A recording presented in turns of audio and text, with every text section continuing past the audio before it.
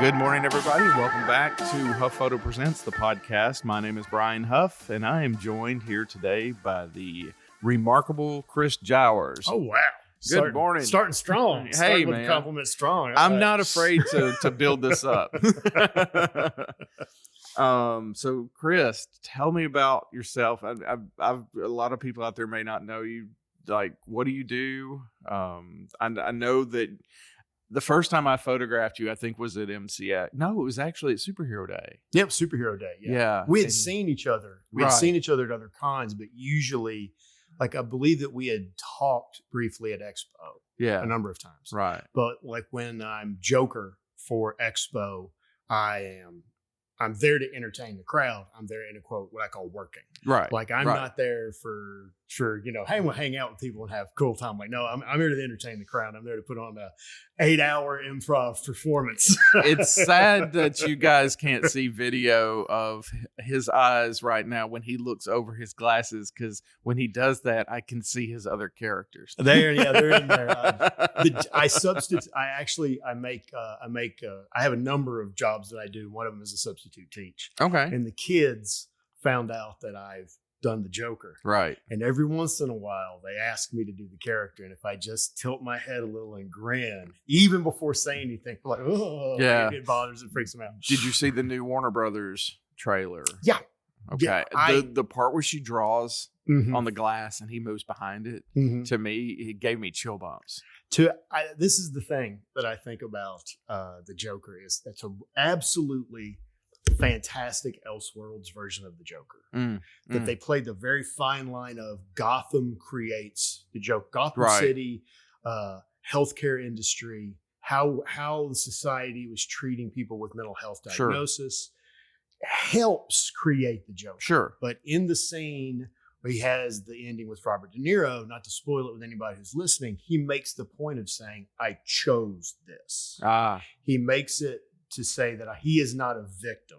Right. So that was the defining turn for me for the film. And I thought too, also not to spoil, when he mentions to his mother, there's nothing wrong with me. There was nothing wrong with me. Yeah.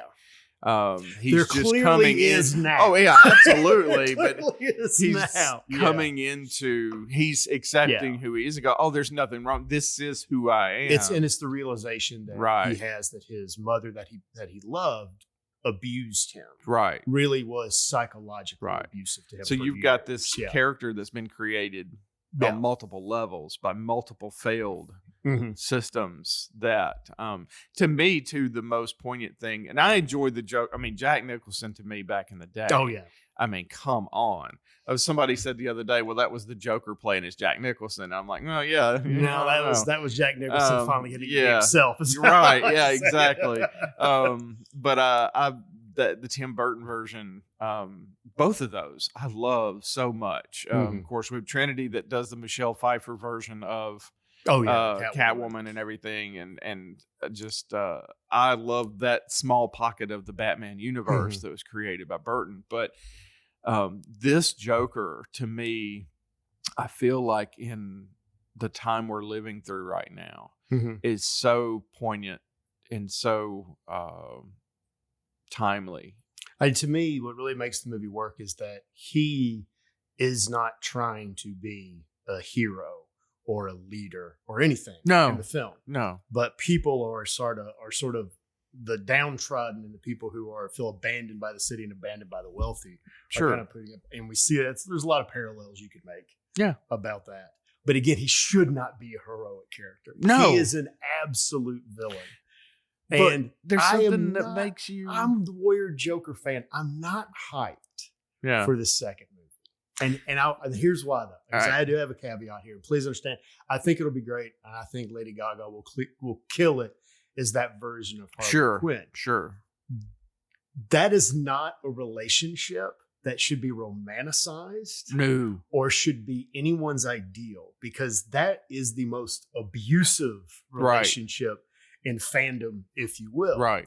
And I thought that people got really screwed over because when we had Margot Robbie as a version of Harley in the first Suicide Squad and in the Birds of Prey, you really wanted to see her be the hero, like break away from Joker. Right. I wanted to see her beat the Joker almost to death. Either Batman stop her, but something allows the Joker to live. But she was going to kill him. Right. Like she finally has this catharsis, like she breaks free of it, which makes her more of a heroic character. Sure. And we get the aftermath if that event happened in James Gunn's Suicide Squad. Mm-hmm. So I just don't understand the fascination of that relationship when it isn't to the point of making Harley this amazingly strong character. Right. When no, that's not something that we should be. No, absolutely not. No. And if anything, I'm hoping that it brings that kind of relationship to light for people to realize. And that's, I mean, this is not healthy. Yeah, like in the comics when you've seen it, and when you've seen it on, even in the Batman the animated series, the point of her realizing that she's being used, and even in the HBO Max Harley Quinn series, you even get that where she was like, "Oh, I'm nothing to him. Right. I'm a tool. I'm a weapon. I'm an object of him to play with and toy with whenever he feels like it. Right. But when push comes to shove, he's going to shove me in front of the train." Yeah. And you, even in that very dark, sarcastic, black humor, sort of, or black comedy sort of show, right, you get that. But we haven't seen that on screen, is how I feel. I think people have been kind of, I'm not hyped to see that version. But again, I think it could be absolutely stellar movie.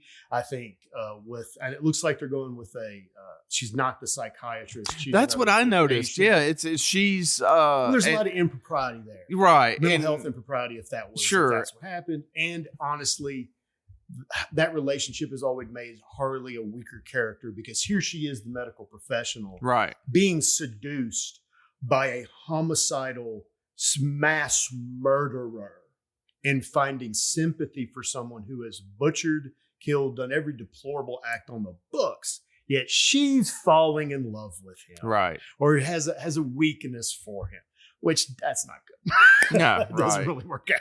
Right. And that's what I feel like, taking the angle where she's actually the patient in the Warner Brothers trailer. If you see where she does the motion to point her fingers at her head like a gun, it's sort of like what he did in the first film in the hallway. You see that instant connection that he suddenly realizes, oh, there's someone.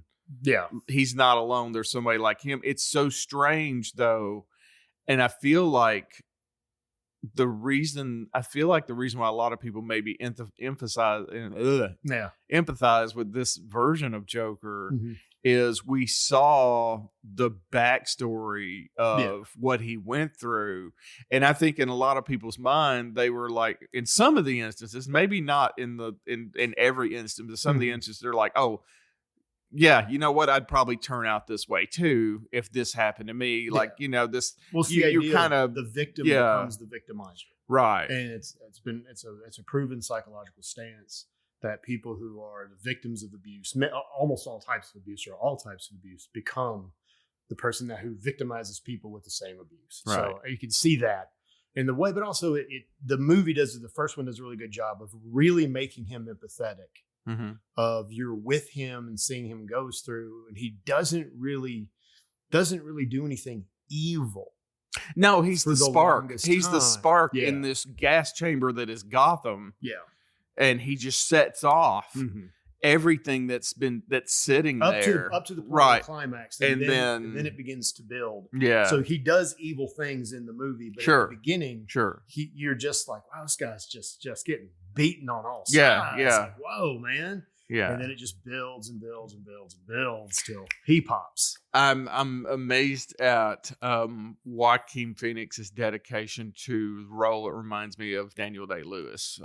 Method acting. But Joaquin Phoenix has always been a brilliant actor. Yeah. So, I mean, it's just and everything he's ever done has just been, to me, I've enjoyed every work he's done. It's been phenomenal. I think it's when you get the actors who never go into the celebrity, because to me that's what I thought the problem with Jared Leto was. Sure, because when they first said Jared Leto was going to be the Joker, I was one of the few people who was over the moon about it. because I had worked as a film critic for a while on a YouTube series called Flix Raider. Okay. And we covered a number of these more independent, lesser known films that he was building his acting credits for. Like he was really building some steam in Hollywood. But these were independent films. So not a lot of people knew about them. And there's one where it's called Mr. Nobody. It's a science fiction film. And he plays multiple versions of a character. Mm-hmm. So he's playing multiple characters in one film. And I thought, well, he'll kill this. And I think this will be this will be great. And then when I saw the first image, I was like, what happened here? My introduction to Jared Leto was Dallas Buyers Club, in which he I didn't even know he was who he was at all. I'm like, who is this person playing this role? Because that role was insane. Mm-hmm. If you watch Dallas Buyers Club, that's amazing. Yes. You think about him and McConaughey blew those roles out of the water. That movie is stellar. And then you jump to Suicide Squad, and I'm like, they're like, Jared Leto's going to be Joker, and I'm like, oh, I know that guy. He's like this, and I watch it, and I'm like, I hate this person so much. This is not my Joker. Weirdly, exactly. But when I tell people, I said, if you had gotten rid of the ridiculous tattoos, sure, yeah, and just the visuals they went with, right, kept the same acting, people would not have been mad at all. But it was so much that distracted you from the Joker.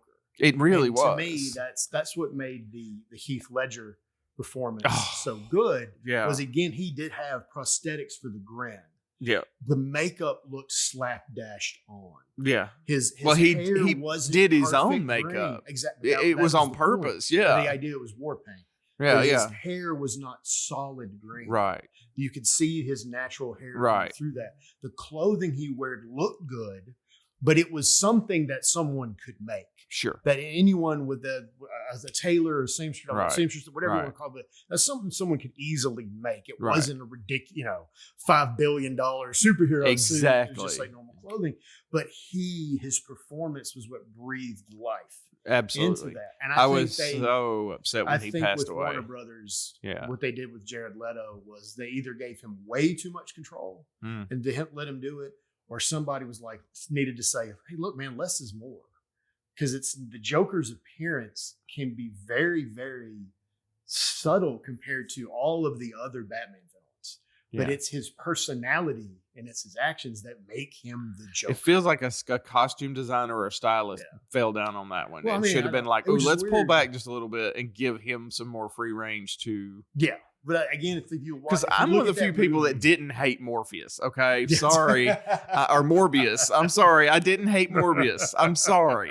At least I can admit I could not get into it enough to actually have an emotional response. I've never had any. I've never read any of those comic books or anything like that. So I was like, many chances they could have had to build something. I was one of the naive people that didn't know what they were messing up, so I was like, to me, it was the only thing that was messing up is if Morbius is such a comic book convention of a horror story.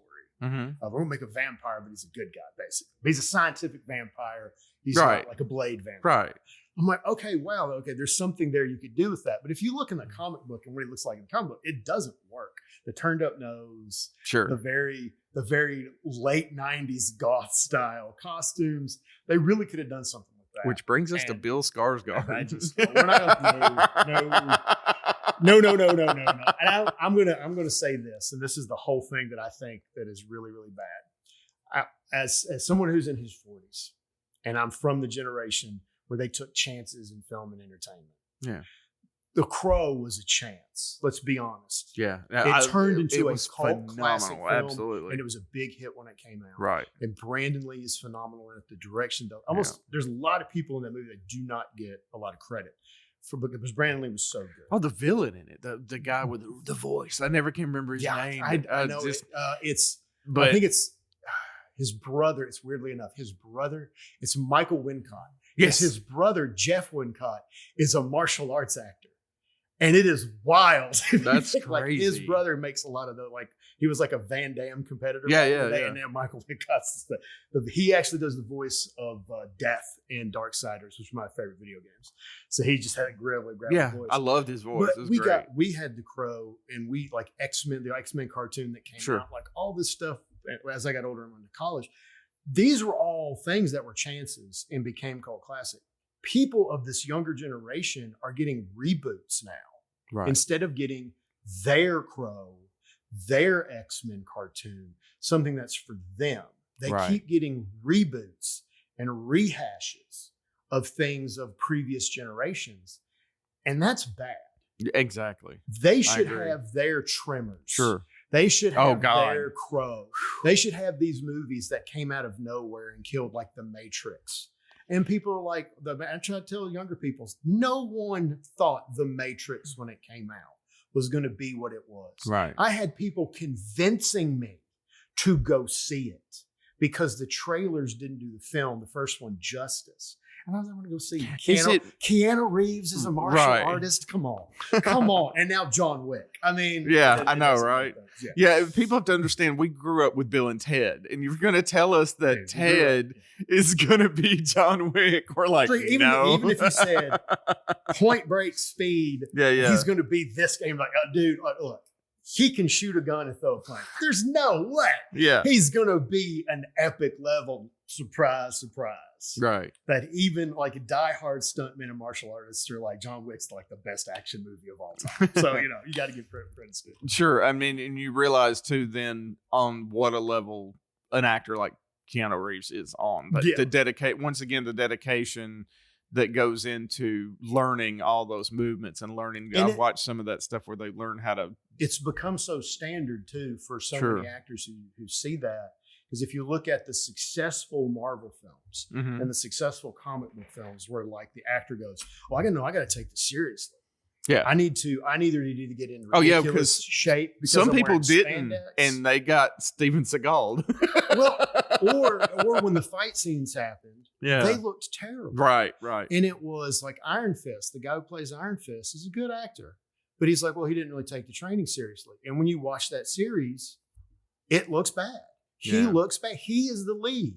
And let's be honest, this is a white appropriation story of the white guy goes to Asia and he becomes the big martial arts superhero. Right. Okay, they could have done something with that. They could have changed it. They could have altered his background some and really gone out. It's like, well, no. And if he would have taken that seriously, because there's another Netflix show called Marco Polo, where it's talking about Marco Polo and working with the Mongolians and working with I always get this wrong. It's either Genghis or Genghis Khan. Yeah, I can't remember which Khan it is because I'll always get the two, him and his descendant, mixed up. But the show is the focus. Well, that's all of us, isn't it? Yeah, but the show is the focus on the Mongolians. Okay, but the actor who plays Marco Polo delved deep into the martial arts because his character is supposed to be trained to do this, so he takes it very seriously. So when you have actors that don't know how to throw a punch, and it stands out now, right? Because now we have Academy Award winners going to combat school. Right. I have Denzel Washington, 100% believable as the Equalizer in the Book of Eli. But you, a younger actor, trying to make I don't want to go to take the stunt training too seriously and the fight training too seriously. Well, then the movie looks bad, and it doesn't work. Yeah. Charlie Cox's Daredevil is a prime example of it done right. He trained and continued to train on the chance that Daredevil might come back. So he took it that seriously. Wow. And he took wrestling, boxing, some martial arts, because he wanted to be Daredevil as much as possible. Going back to this generation getting reboots instead of, I wonder if that is a fear from studios to take a chance. Because let's think about the 90s. Well, I don't think anybody was scared to do anything. They just took chances on everything. It wasn't the big conglomeration either. It wasn't the studios. Right? Billions of like Star Wars, risk. Star Trek, risk. Now it's a sure bet. If I make a Star Wars movie or a Star Trek movie, I pretty much guaranteed at least X amount of money. Right.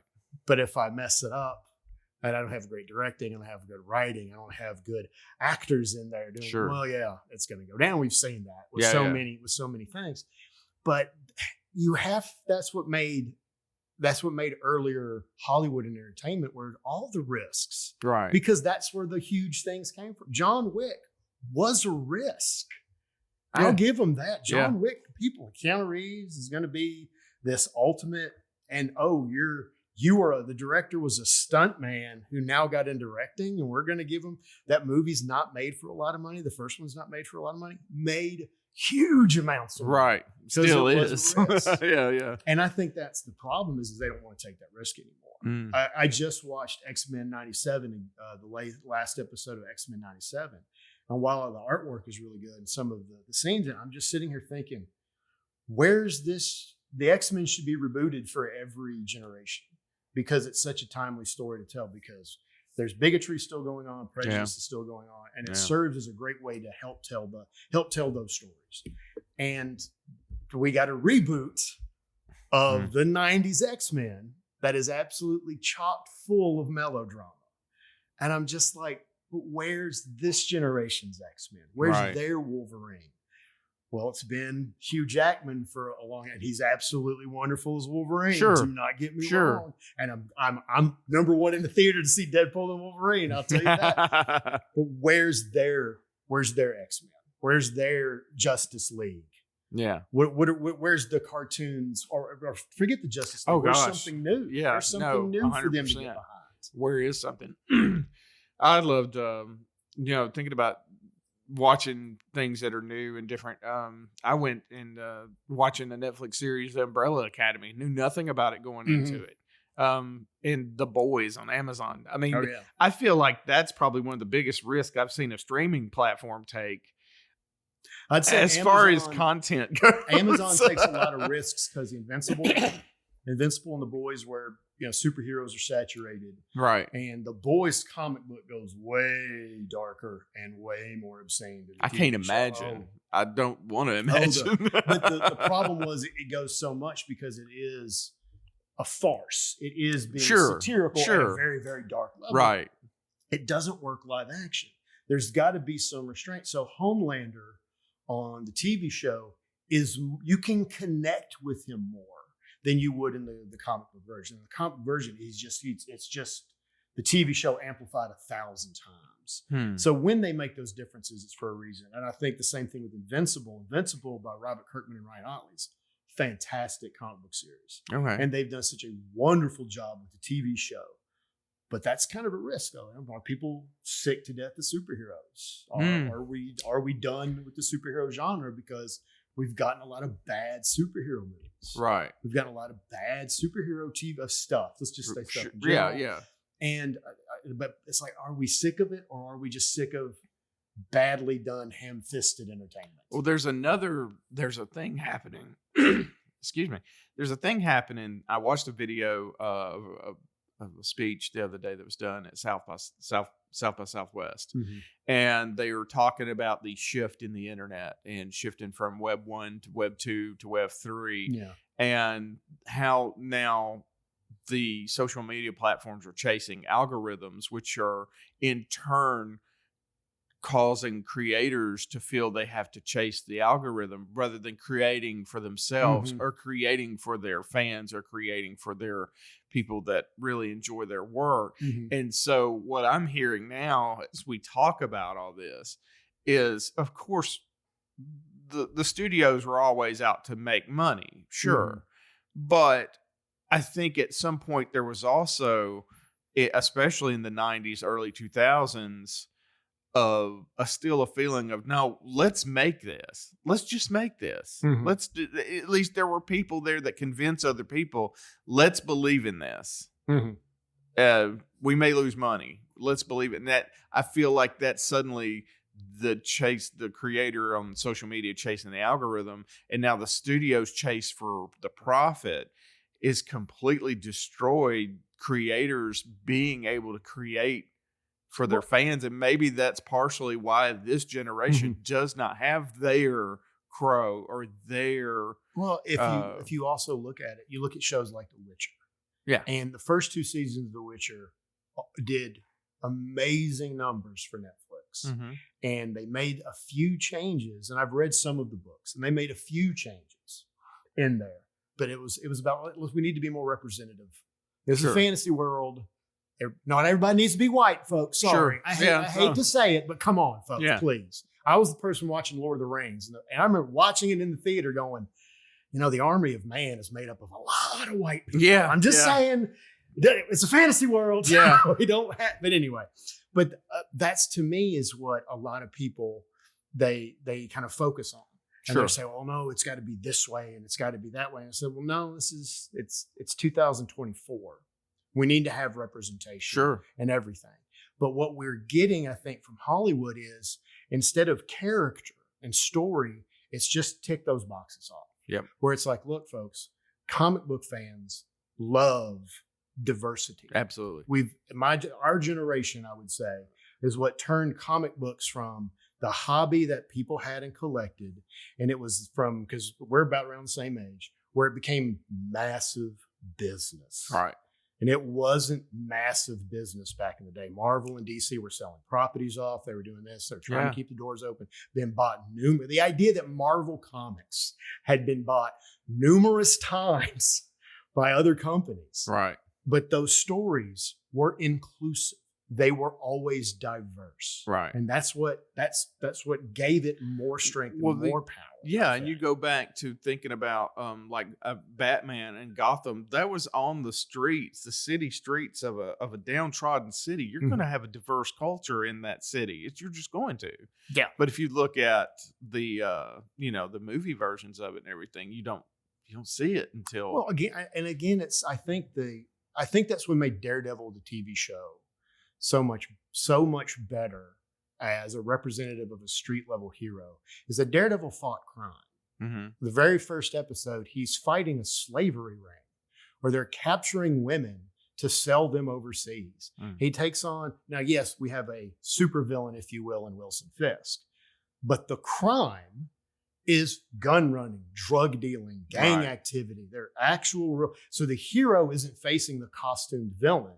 He's facing actual like evil that exists in the world, corrupt police officers. And he's fighting that, but he doesn't take life.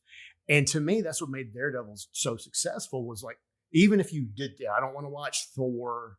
I don't want to go with Iron Man dude's in a super suit. Yeah. This is a guy who's he has a superpower, but it's only his radar sense. I mean, let's be fair. Yeah. He's blind. His superpower is he can see. He can see really well basically with his senses. But it's the drive, the dedication. Right. And I had friends and family that did not like superhero stuff. And when we were doing Flix Raider, Daredevil would come out and I did a review of Flix Raider. And we had a lot of comments of people that loved the show. Sure. Never saw Captain America. Never saw the Avengers. They loved Daredevil. Why? Because it's a man trying to make a difference, but he's fighting actual crime. Right. And not just superhero. I mean, let's face it, in today's world, you don't need there's real supervillains. And to me, I think that's where Zack Snyder made his, because the idea to me, and I don't know for certain, but I watched him on Joe Rogan talk about it, where it's like, you tell me the hero can't kill. Well, that's the first thing I wanted to break down. I said, like, dude, we already live in a darker world. Yeah. We have some horrible things that are happening in this country and in the world right now. We got some great things. In our small towns that used to be, people go, well, I'm glad I don't live in a big city. I would have to deal with that. And then turn around and it's everywhere. Crime and corruption. And it always has been. Yeah. It's just smaller scale. But they're going to make a dark superhero thing. You have Batman kill. You have Superman kill. Yeah. Yeah. Wonder Woman kills. Yeah. She's a soldier. She's a warrior. You're right. Captain America wasn't shooting Nerf bullets. He was killing soldiers. Like, that's just what they do. But that's the idea, that some of these heroes don't kill is what makes them attractive to watch as entertainment. Because then you can have characters like the Punisher and Moon Knight, who are the more extreme, like Deadpool. Mm-hmm. So when you have those heroes, you have sort of a wider spectrum of what you can call the hero to the anti-hero. But when he did it, it's like, man, I want Superman to inspire me. And this is just destruction fun, or wiping out cities and stuff like this. I'm like, you can't take the fight out of the city, or, something like that. Yeah, right. Batman's killing people, but Joker's alive. He's killing random thug number 7, but the guy who killed his ward and his partner is still breathing. Zero logic there. Yeah, no, that makes no sense at all. So that's why I never got behind the Snyder stuff. It was, to me, I think he missed the idea of Watchmen. Loved it. Thought Watchmen was great. 300's great. Dawn of the Dead, absolutely fantastic horror movie. Yeah. But just because you're a great director sometimes doesn't mean you can handle a property. And to go back, I think that's what we have. It's like with stuff like The Witcher is you have people coming into other people's creations and not respecting what is the core of that creation. And I think that's what made Marvel successful for so long and some of the other DC films. Okay, well, what makes the character work? What's their core? Yeah. Okay, we can change this. We can change these side things. We can add these new stories. But Captain America has to be Captain America, where he's going to do what's right, not what's the law. Right. So in Civil War, when he stands against Tony and he makes that, it's like he really is embodying Captain America, even though he's not 100% the Boy Scout from Marvel Comics, if you will. Sure. And when they start changing that, and it's what they did in The Witcher, is they had writers that were working on the Witcher that were making fun of the original author. Well, saying, well, this is outdated and stuff. And Henry Cavill was like, no, we're updating it and we're making it so it can appeal to a larger audience. And that's wonderful. But the core of it, and using these folk tales and these fables from European myth, is sort of like how he got built his world. And then when you look at these writers who are making fun of this internationally successful writer that the studio loved so much that they've made these award-winning video games and now the series, these writers have not created anything of their own. The majority of their stuff is writing on someone else's television show, writing on someone else's IP. So where's their moment to be creative and to create their worlds and their characters instead of just writing their versions of someone else's? And to me, I think that's what's bad, is if they're not creating originality in their own thing. Yes, someone can come in and write for Marvel Comics or DC, and as comic book fans, we've seen it where it's great. And then you get it where it's awful. Right. Batman's not Batman. The Joker's not the Joker. There's someone's version of that character. And I think you can absolutely bring your identity, your passion, and your talent to someone else's creation and make it wholly yours while respecting what that core of the character is and respecting what was foundation. And I'm beginning to see what we're doing the opposite. Where no, I'm going to come in with what my version of Star Wars should be. Yeah. Okay, well, what's your version of the Star Wars? Well, we're going to take everyone that was heroic and we're just going to weaken them to build up our new heroes. But we're not really going to build up our new heroes. We're not going to give them these stories that connect. We're just going to give them these moments, and then we're going to change directors every film, and then we're going to change writers every film. So there's no cohesion. I felt really bad because when I watched Force Awakens, I was for all of the new cast. I thought Rey was a compelling character. I thought Finn was a very compelling character. Yep. I thought that these two, because I thought, okay, she's going to be the Jedi. Right. But I felt Finn was going to be our Jedi Knight. He was going to be the one, like, the boots on the ground, I'm getting things done. While she's the one sort of finishing this story, he's going to have his own story. And it's the second movie, it's like they just cut and gut the characters. And I'm just, well, why? Well, it's because this director comes in and he has a vision and he wants to change it. Wow. But then he leaves. Yeah. And then someone else has to come back in and change it. So I just think that they can lose the core identity. So what it basically sounds like is our entertainment industry has ADHD and they can't keep anything. No, they're very focused on the dollar sign. Yeah, that's all they're focused on. And okay, that's yeah. When things change is when the movies stop being. That's what happened with DC. They released the movies, people stopped going to see them. Well, going back to the creation, you're a creator yourself. You've brought in some Stormfall wood. So thank you. People that have not seen this understand you make the walking staffs and explain this because I'll put some photographs. We're going to definitely take some photographs of these to put up on the site so people can understand what we're looking at here. Well, I've been a writer. I've written a novella, a novel, and a short story collection. I've done some voice acting. I'm just now getting into audio narration. I've been doing character work, and I've been doing voice acting and voice acting troops for well over 10 years. And I went through a really, really bad time where I had just lost a great job for corporate stuff, and I was just devastated, and I couldn't write. I needed to be creative, but I was absolutely gone and done. Right. Too many hits. Yeah. I was having a hard time getting off the canvas. And a friend of mine was like, just do something with your hands. Build something with your hands. And a friend of mine named Mark James, who is he's a woodworker himself, but he's also a prolific historical writer of professional wrestling, and he goes to a lot of the same conventions. I think I've met him. He was like, well, hey, you have cedar on your property. Yeah. Because he's seen pictures. He goes, if I build walking sticks, since we've ever had an extra cedar. And I remember having that conversation with him. And then one day it just hit me. It was like, Google it. Yeah. Google anything. There's going to be a 12-year-old telling you how to do it. You want to put a new engine in a Chevy, there's going to be an 11-year-old. So my dad just got me a new Chevy. And they're going to tell you everything. Yeah, so, nobody knows what a Chilton manual is anymore. So I went out, and we're at the property I live on. We have cedar groves everywhere.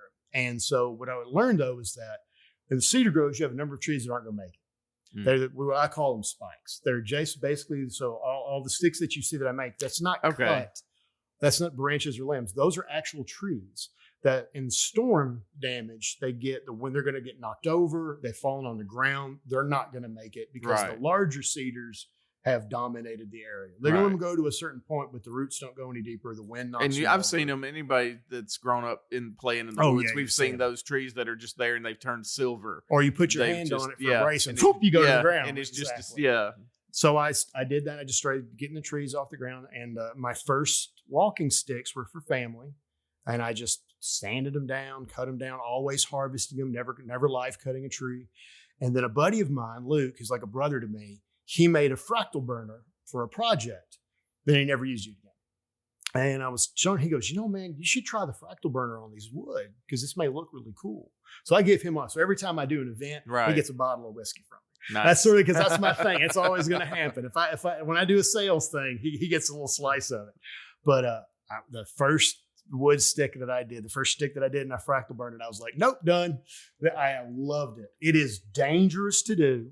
It is not a hobby that you should get into lightly if you're thinking about fractal you're thinking burning. about high voltage It electricity. is high voltage electricity. I went and got high voltage electrical rubber gauntlets go almost all the way down to my elbow.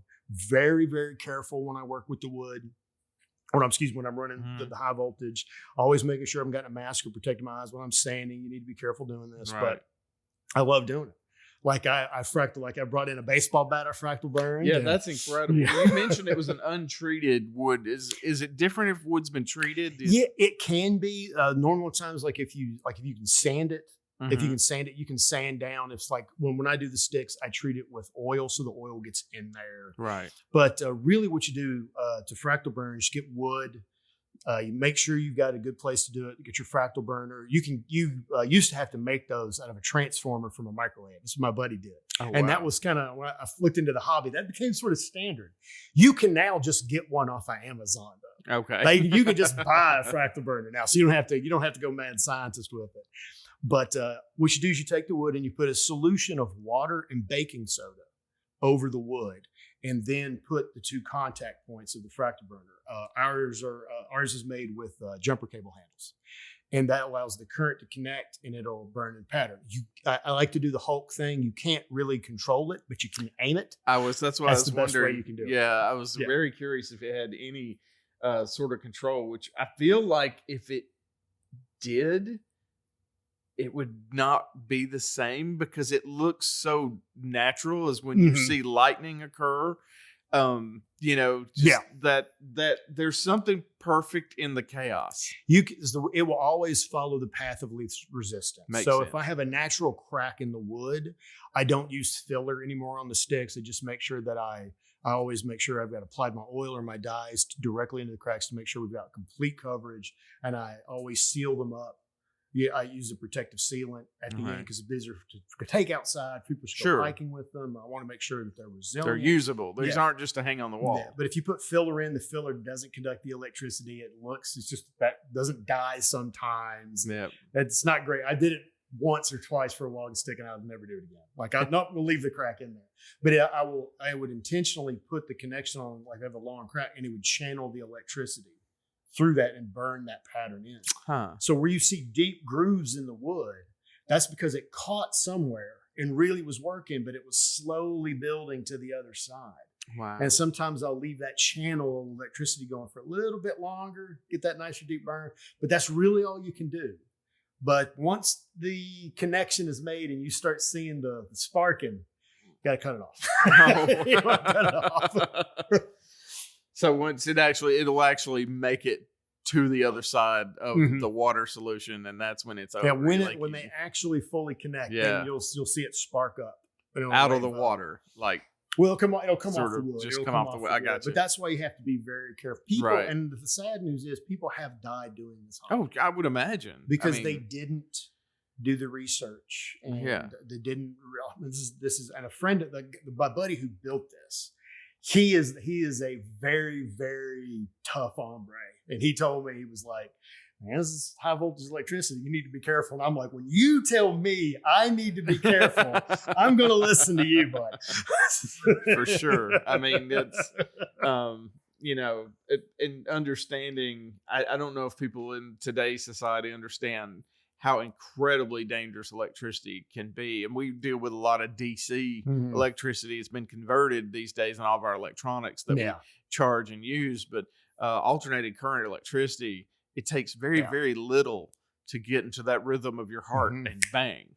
Well, and the thing is, it's not going to pop you off. Right. No. It's going to hold you. It's going to hold you. Right. And that's what people don't realize, that current will grab you. It'll make your hand, and you will literally be forced to clutch the thing that's doing. If you've ever felt that, you'll know. I was changing a light bulb in the garage one day, and I was on a ladder, and the light switch was off. And that's another thing people don't understand. A lot of times, I mean, you don't want to work on things in your home even that involve AC electricity. But I was just changing a light bulb, and I guess my fingers got too close to that metal rim, and it caught me and held me. And I hear my wife going, so I don't know what I looked like, but she realized I couldn't move. Yeah. Or she was like, knew I'd paid the life insurance bill that month. I don't know. Yeah. But once you get grabbed by it, you can't move. Like there's no movement. I wear these very, very thick protective gloves. And I've gotten comfortable now, because those gloves are so protective, that I will work the solution, and I'll move my poles, as I like to call them, as the electricity is on. But sometimes I've reached in between with the gloves on, mind you, with the gloves on, to move something, or to shoo a bug off, or something ridiculous like that. And I can even still feel the feel, just the feel going up my arm, hair go up like that. And that's not even direct contact. Right. That's because the electricity is just channeled through that. Right. And I could feel the feel. And I was like, yeah, it's dangerous. Yeah. But it makes absolutely beautiful patterns. I remember the last time that my oldest son went storm chasing with me. I was doing lightning photography, and I caught lightning came down and hit a transformer close to where we were at and exploded. And I caught all that on film. But our hair stood up before the strike hit, and we were way too close to that one. And he was like, "Yeah, I think I'll go home now." But just honestly, this is something I got into as a hobby. Just literally to help me get through a bad patch. Yeah, and it became something I love to do. And last year at Memphis Comic Fantasy Convention, I was going anyway, because a very good friend of mine, Mitch Faust, legendary fantasy artist, passed away unexpectedly. And they were like, well, we can still go and represent. So I ran his table, and I was like, well, I'll run my table at the same time, and I'll sell the sticks and see how it went. And it went great. That it not only for Mitch's family, they sold Mitch's artwork always sells. Absolutely. His art was absolutely incredible. But the business went well, like Stormfront. Yeah. I was like, okay, no, I can do something here. So now I'm starting to branch out. So not only do I do the walking sticks, but like cosplay stuff. I brought my wizard staff, my sorcerer staff. Right. And if you show pictures of that is the actual root bulb that pulled right out of the ground. Right. Where I did a little bit of sanding to it. Yeah. And I've got a number of those. And that's luck of the draw. I have one of those. My wife bought me years and years ago in the mountains, and it has a wizard's face carved in it at the top. Yeah. And I'm not there yet. I love that, dude. I love that thing. I won't even I guarantee you it's been in the same corner in the house for 20 years. I won't bring it out because I'm terrified something will happen to one of the spikes or whatever. But I love the fact that what you say, how you're making yours are like, these are utilitarian. They're gorgeous. They're meant to be used. Oh yeah. I was very happy. We were at Mid-South Con. Helping with Mitch's table. Right. And a number of attendees were using the Stormfall walking sticks. I can't count how many at MCFC went by my booth. I was like, wow, Chris is killing it. They were doing well. And but they were so proud of them too. I could tell how they were using them. They were I think I need to sell them for more. I think they bump the price up. I am shaking hands with the Reaper every time. Yeah, but you're taking a risk there. Yeah. So this year I've started, I brought in my first ring that I did. So this is actually from Black Walnut. That again, my buddy, he has some wood left over from the project. Yeah. Making wood rings is very difficult to do because the wood hardness has to be at a certain level or the wood will shatter as you're making. Oh, wow. Because it gets this thin. So these are really expensive. So, well, I haven't, see, these are all really rough done because I need better precision tools to actually make. So for costuming and stuff like that, but the time it takes to cut from a wood block, sand it down, work it. I could take my hand sander and I could work a number of those walking sticks and have it ready for fractal burning. This was the whole process. That's super cool. So so this is my next project. So I'm adding projects. To it. Well, I was sitting here looking at it. I was like, how cool would it be? And I imagine the size of the vat and everything would be, but I'm thinking of, because I see a lot of people carry shields, and how amazing would it be to have a fractal burn shield? Oh, you won't have to wonder much longer. That's actually in the project. The problem would be is the wood that the barn, if you saw, I made a paddle for the vice principal of the school that I used to teach at and I sub at now. For here, vice principal or assistant principal appreciation. I'm sorry, this is funny. It's 4.5 feet long. So when you stand there, it looks like you're holding a Conan like broadsword or bastard sword all the way to the ground. And he loved it. But my thing was, we have so much old barnwood on the property. It's like, well, I'll see if I can make Viking shields out of that wood. But it's way too thick. It's way. I mean, I could burn it. I wonder if you had like a stump to where you. No. It's the weight. So once you put all the planks together and you get it designed and then you get your border around it and all that, we're talking 50, 60 pounds sometimes. It's all about the thickness of the wood. Right. So I've looked into doing it and how people do it. And so I've got some ideas. But my hope is to start making Viking shields. So do custom Stormfall fractal burned Viking shields and start doing patterns for people's family colors and things like that. Wow. And I may just do it for myself. Yeah. Just to hang them, like have like some Viking shields on my property, like just hanging under that. Yeah. I don't know, but like that's like I'm making orc weapons right now because sometimes the poles that come out of the ground are too thick or big. I have to cut way down the tree because of thickness. So I made one. So I have a 2-handed orc club that looks like if you took it into battle, you would really hurt somebody. Oh man! Well, Chris, thank you so much for coming out, and this was really enjoyable. And thank you for having me. You got any websites or anything where they can find? Yes, actually. So the current projects that I'm working on now, one is Kelly Gintner's Scorcher audio book. Okay, we have done that. We're getting ready to put that up on ACX. Not ACX, Audible. It's ready to go up on Audible, and I'll have to grab a copy. I voice act it with another voice actor where she does the female heroes parts and I do the male heroes. Like the chapters are separated to focus on that. It's my first audio book that did absolute experience. It's available. It's available now through the Kickstarter and direct sales, but we're getting it set up for Audible here soon. Yep. You can catch me in the Tennessee Renaissance Festival. Oh, really? Where I am going to be a performer there throughout the month. So I'll be there in May. Fantastic Megan Jones, also known as Lady Coral Coy. She is a mermaid. Okay.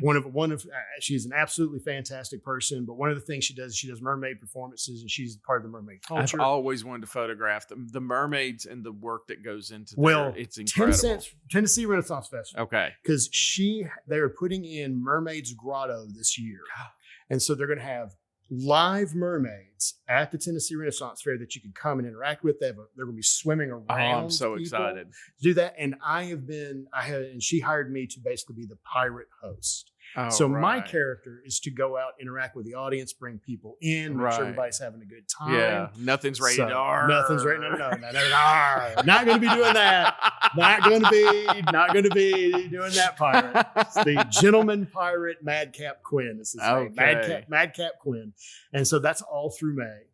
I've got be working with Josh Mason on his final Tomb Raider fan film that he's doing. I get to play of course, the villain as usual, and I'm working with a film director out of Memphis named John Cooley. He's asked me to come in and work on some of his film stuff as well. So everything's kind of building up this year. Wow! And I'm going to be launching a number of my own projects as well. Well, fantastic. So once those are more solid, I'll share that. But once all the links, whatever links we've got, I'm going to put them in the show notes. They can just find can me click on TikTok, Instagram at the Jowers. Okay, because that was my nickname in high school. Everybody just called me the Jowers. So I just when social media started, it works. And it works. Yeah, so, I'm going to be posting all my stuff there. But hopefully this year is going to be big for not creative and hopefully some more Stormfall Woodcraft appearances. Awesome. Are going to be coming. I cannot wait. I am so excited. We have to talk about Selma real fast. Yeah, because Superhero Day's coming up April 27th. Yes, at the Carl Perkins Center in Selma, and they have requested once again that the Clown Prince of Crime be there. So apparently Joker was it was a big hit, but all of the cosplayers that come out from the 501st, Cosplay Memphis, to the local folks who come out and do it. It was an absolutely wonderful event last year. It's so great. Every year gets better, and more people come out, and it's such a fun day for the kids. Oh yeah, and it's free. Just everything is just so.